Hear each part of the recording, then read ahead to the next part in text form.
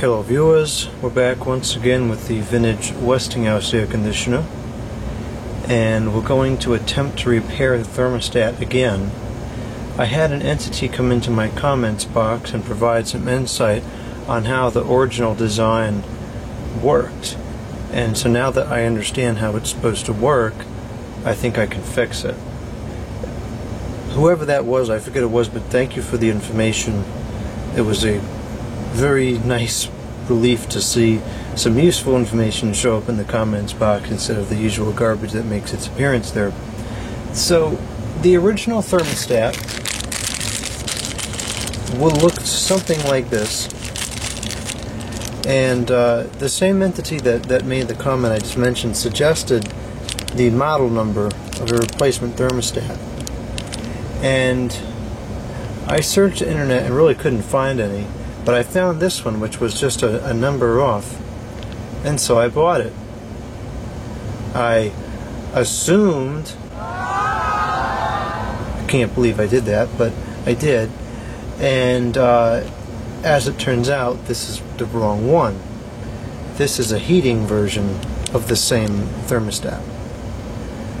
Now, the cooling version, the person found it for sale on one website, which has a $20 minimum order, and they only want $2 for the thermostat, and they only have 2 available, so I can't even order 10 of them just to get them. So what I'm going to do is I'm going to try to make the thermostat work that I already have, because I think it will, and then if this attempt fails, then I'm going to have to order a new one. But anyways, so the way this works, and I had no idea that this was the case, there is, I gotta unplug the camera here. There's a hole here in the side of the control panel, and this hole apparently is a tunnel leading into the air chamber, and air is drawn in through this hole. And then when the unit is, or the control box is in place, air goes in these holes here, and it will pass over the thermostat. And so that's why this doesn't have any kind of a probe on it, because it takes, I believe it takes the measurement right there as the air passes over it. So I'm thinking what I can do is, instead of having the probe come out like this, and I'm very concerned that this probe is going to end up breaking off because I've been manipulating it far more than it was ever intended to be manipulated. But I'm thinking if I can pull this back through and just kind of fold this up inside of here where the air passes through, kind of like this perhaps, this may work just fine.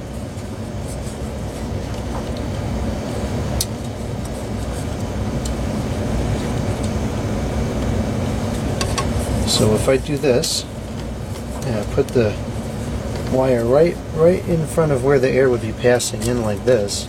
Of course, I got to be careful that this doesn't short out any of the terminals. But if I did that, I probably should have the camera on the other side.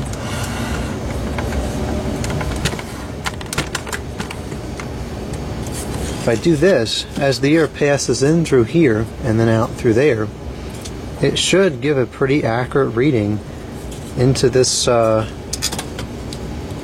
this thermometer, or thermostat rather. So I'm pretty confident in the fact that this is going to work. Well, I've got to manipulate it a little bit more so it doesn't hit the wires, but that's what I'm going to do.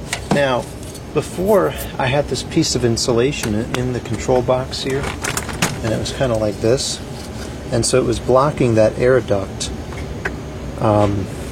This was getting very cold up at the top, so what I may do is just kind of take this like this and stuff it in here. This way, oof, dust. This way the hole is still open and air is still going in, but the results are not going to be skewed by the cold air that's coming out the top here, because this metal part is not insulated at all, and that's going to get down to probably 30-something degrees during normal operation. So I'm going to give this a try and see what happens.